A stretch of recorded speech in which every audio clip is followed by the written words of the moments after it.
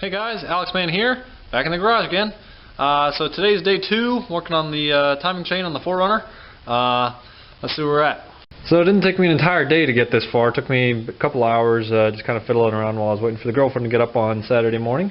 But this is where we are. We got all the cooling stuff off, fan belt, or all the belts, battery, intake tube, and the power steering and distributor. So today my hope is to get the other stuff off.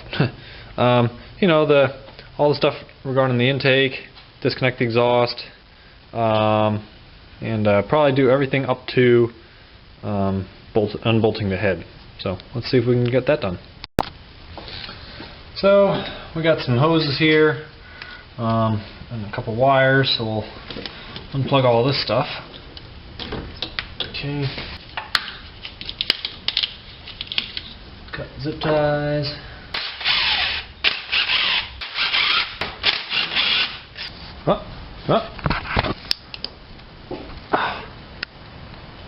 It's almost Christmas.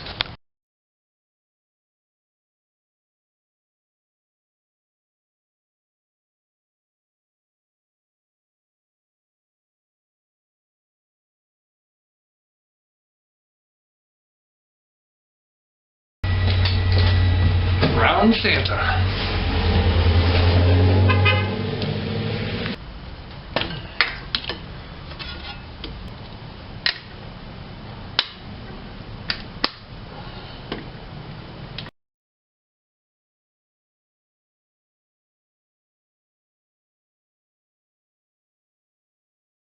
Quite a few electrical plugs we got on new.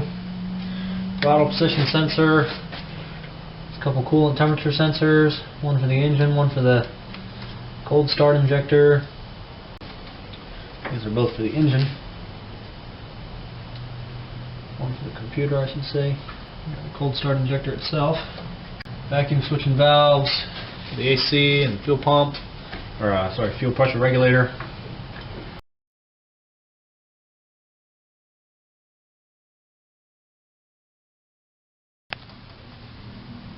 So we're working on getting this upper intake off. We got these coolant hoses. There's two tiny little coolant hoses that feed coolant to the throttle body. So coolant flows through the throttle body through that hose there and that one there. So don't forget those. And if you have not replaced these hoses ever, it's probably a good idea. I got the OEM molded hoses from Toyota. A couple bucks more, but they fit nice and they're, you know, high quality hoses. But years ago, shortly after I bought this truck, driving home one night, stopped at a stoplight and it was raining, and I saw this cloud of steam roll by me, and I was like, man, it's foggy out here. And then the cloud of steam didn't stop coming by me, and I realized I was causing it. One of these hoses under the intake had let go. So I managed to shorten the hose and get it back together, and luckily I had some coolant with me to top it off, or maybe I had some water, can't remember now. Had something to top it off though, and I was able to keep driving. But I had to fix this in the rain at night. Kind of sucked. Fortunately it wasn't the side of the road. I was able to pull into a business parking lot, but still, good idea to change them if you got them apart. Two things we don't want to forget, one of which is the cold start injector, which I've unplugged, but we also need to unbolt it from the manifold here at the plenum, or you can undo the fuel line. The other thing you need to do is disconnect the EGR. 10mm head for the cold start injector. And the EGR has two 12mm headed bolts holding it on. Alright, so we got all the bolts off. I got all the hoses off except for one which I can't really reach, and it's the one that slides here onto the side of the throttle body. And I'm pretty sure I got everything disconnected, so let's see if we can get this thing off of here.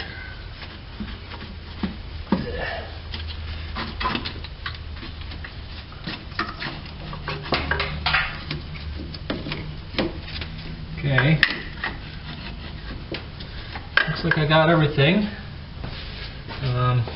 except for that hose, like I was saying, and also my horn just happens to be in the way, which probably won't apply to you. Okay, hoses are disconnected, and it's out of there. Alright, cool. Alright, time for me to share with you a secret. Part of my plan, my secret plan here, is to leave the lower manifold on, and also to leave the exhaust manifold on, the head, as I pull it off. Why am I doing that? Well, because the OEM exhaust manifold gasket is the only one I've found that has kept a seal, and it's like $32. And if I take the intake off, I got to take off the coolant hose that bolts to the bottom and wraps around the head. And it's kind of a real pain to seal up, and you won't know if it's sealed until you put coolant in it. And it's sealed now, and I don't want to break that seal, so I'm just going to not mess with it. So we'll see how successful I am at that, but that's my plan. So let's keep moving forward. So it's also possible just to remove the to unplug the main EFI harness from the computer or the kick panel, pull the grommet through, disconnect the diagnostic port, and just kind of lay the harness over top of the head, and then unplug the two plugs that go to the transmission and transfer case for the switches there. But I'm not going to do that because well, I got all this other electrical stuff here, my auxiliary fuse panel, and me not being super smart, I ran them all through that grommet, so it makes it damn near impossible to, well, just not worth the effort. So I'll just disconnect, the half dozen or so connectors here and lay the harness over this way in order to get the head off.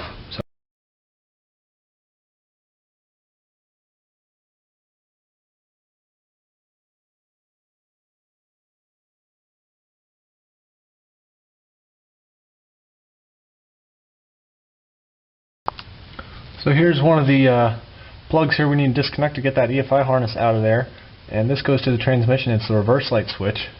And a little bit farther back, on the other side, I believe, yeah,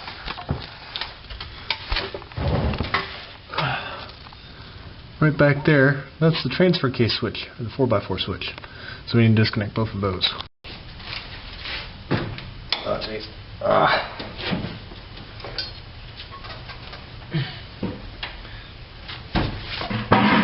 Jesus. Horse board went right up my ass crack. Oh, jeez.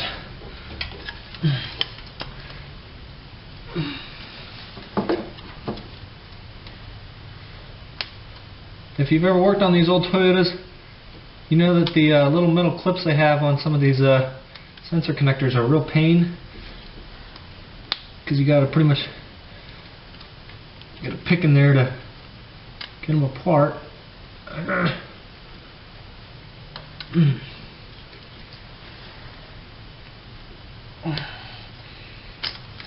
So this idle air control valve switch is pretty hard to get to, but I was able to get to it just there. Okay, so I think I have everything disconnected here. I also got to disconnect the starter solenoid, the oil pressure sender, the knock sensor wire,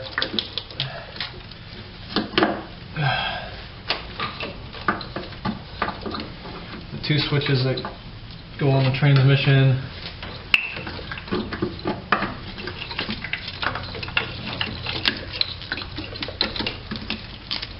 and once you have those out of the way, then you can move this whole spider web over.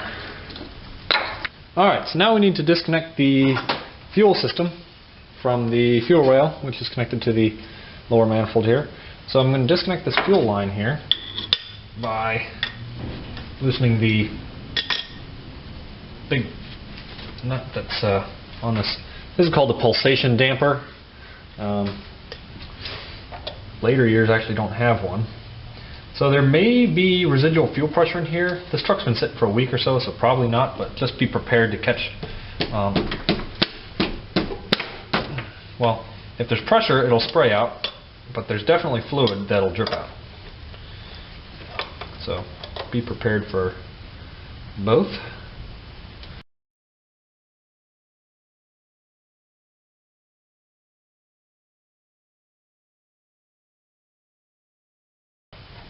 Alright, so there's a few little things we got to do still. So down there under the manifold, a couple hoses that bolt up to that that little piece of pipe there. I got to disconnect the Y pipe from the manifold, and I got to disconnect the couple heater hoses. Then we'll be able to pull the valve cover and loosen the head bolts and hopefully get this thing out of here. So let's keep moving forward and see what we can get done.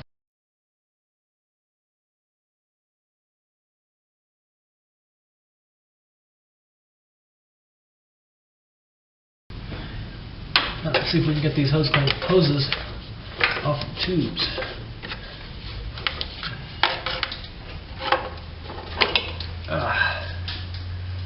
You know, if I was smart, I would have disconnected the manifold first before getting coolant all over the floor.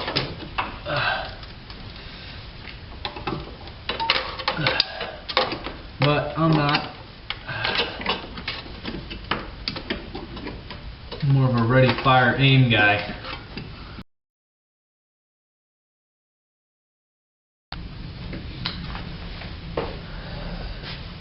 Alright, it's time to lift up her skirt.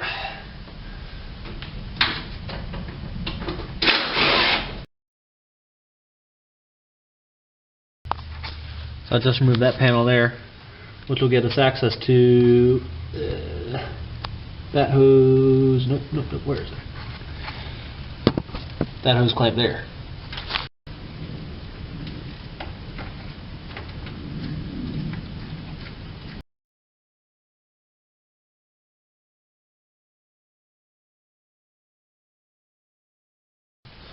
Alright, so I'm pretty sure I got everything off that's connected to the head, disconnected that's connected to the head. So we're going to go ahead now and pull the valve cover off. These grommets usually pretty much need to be unthreaded from these studs if they've been on for any amount of time.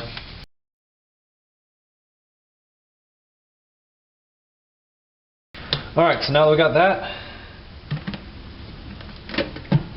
go ahead and lift the valve cover off of here. So these heater hoses can sometimes be difficult to get around.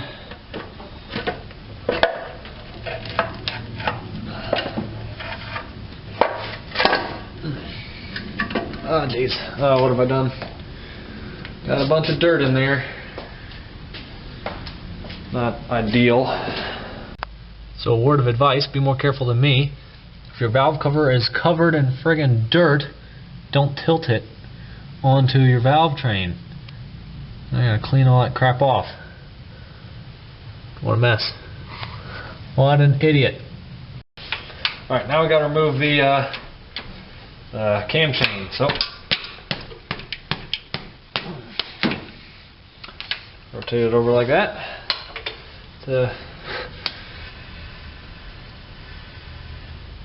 Alrighty, so we got it loose. Rotate the engine back to top dead center. And now we'll be able to get this out. Okay, note that there is a washer on here. That takes place of, actually it's to keep the spacing of this correct. It takes place of the actual fuel pump drive cam on carbureted models. Alrighty, now it's time to remove the cam sprocket. So, try this. That'll work. Alright.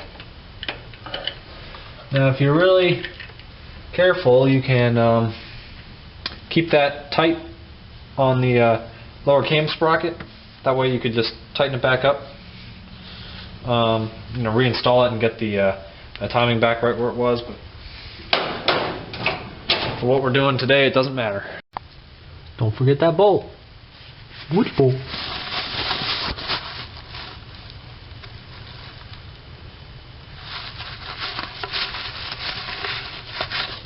That one.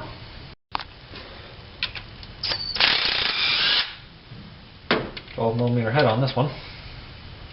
Nice and well lubricated. Alright, so at this point I think we're ready to go ahead and loosen the head bolts. So start at the outside, work our way in, and we're just going to go a little bit at a time here.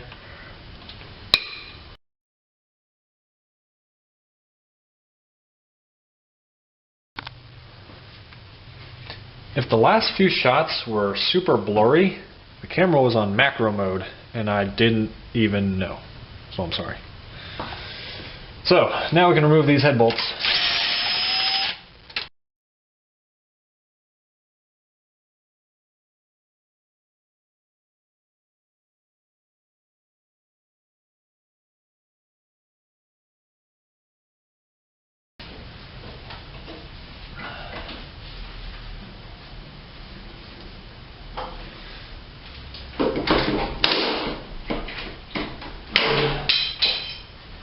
Oops. Broke my PA. Damn. Alright. Hopefully that's the worst of it.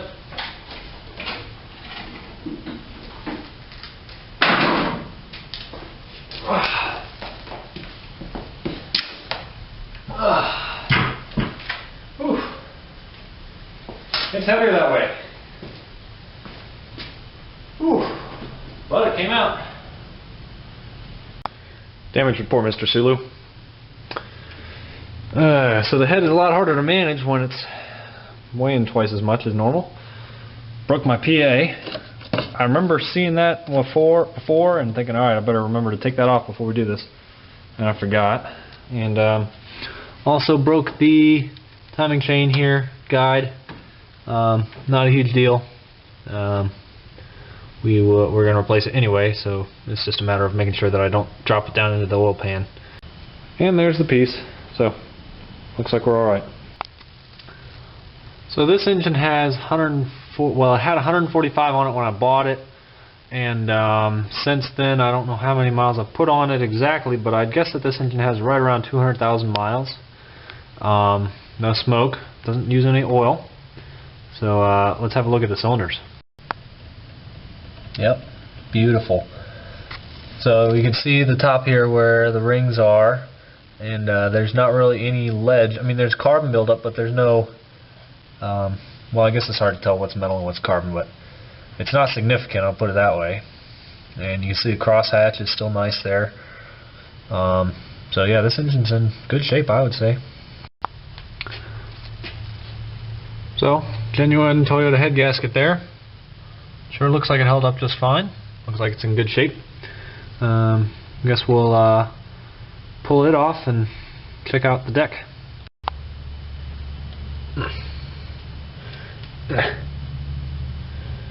Stuck on there. There it goes. Okay.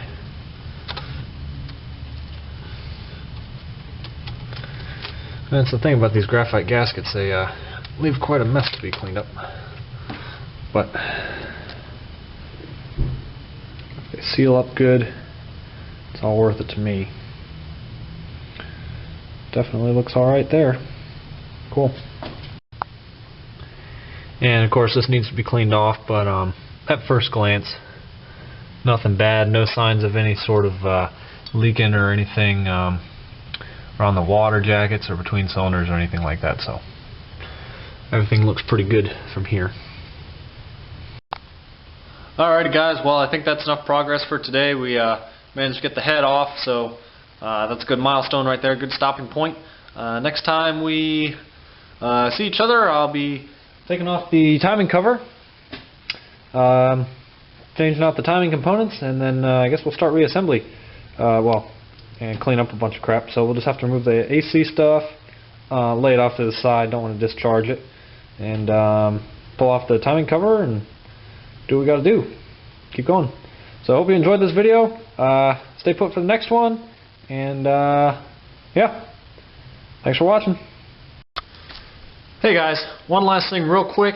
If you like this video and you haven't already subscribed, If you like videos like this, people working on their cars, if you like old Toyotas, if you like old Honda mini bikes, flip through my channel, see if there's a bunch of other videos you like, and if it looks like something that you'd enjoy watching, hit that subscribe button. If not, you know, hey, at least you watched it this far, so thanks for stopping by. See you later. Oh man, it's the cops. The cops! They're after me. There's a popo.